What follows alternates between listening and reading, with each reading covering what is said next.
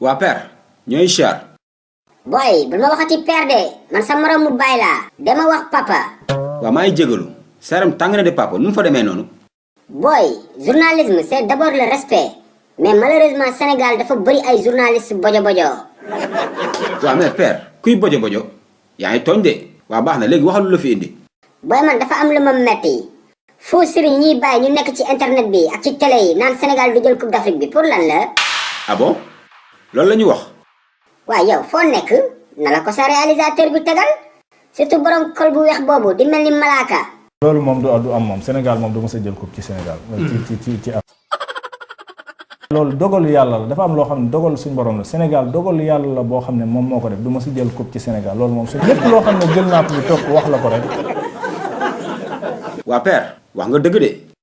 mani boy faux marabout yi ils n'ont aucun respect pour le Sénégal dañ ñooy yàpp laa la wax. président daf si war a jóg peuple bi jóg si ñu dajale leen ñoom ñëpp yóbbu leen parc Hann. père parc Hann nag.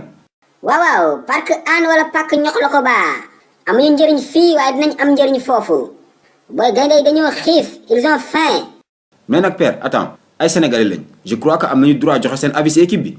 boy faux marabout yi joxewuñu avis de ñooñu place yi yàlla lañ bëgg a taxaw booy luy xew suba suñu borom rek ko xam de. waaw ça aussi c'est vrai. surtout Kunkande kooku moom dama ko bërgal. waaw léegi père yow sa avis laa soxla noo gisee équipe bi yow am nga ci ñoom yaakaar wala. mais bien sûr gaa yaa ngi doxal ndànk-ndànk final la ñu jëm incha allah. booy potu meew bi day ñëw de affaire bi ren Sénégal la toj kaani paccal lingom dëbb suul rij bëggëj da si tuuti diwtiir. mais booy Aliou Cissé dala ko wax muy dindi maskam bi balaa muy fatt ba Cameroun dafa tàng de. oh waaw seetaan nga ba pare déet bul dem foo jëm capal fii bësal bouton bu xonk bi nga abonné bu ko defee vidéo bu bees bu njëkk a génn nga bokk si ñu ko njëkk a seetaan yow tamit.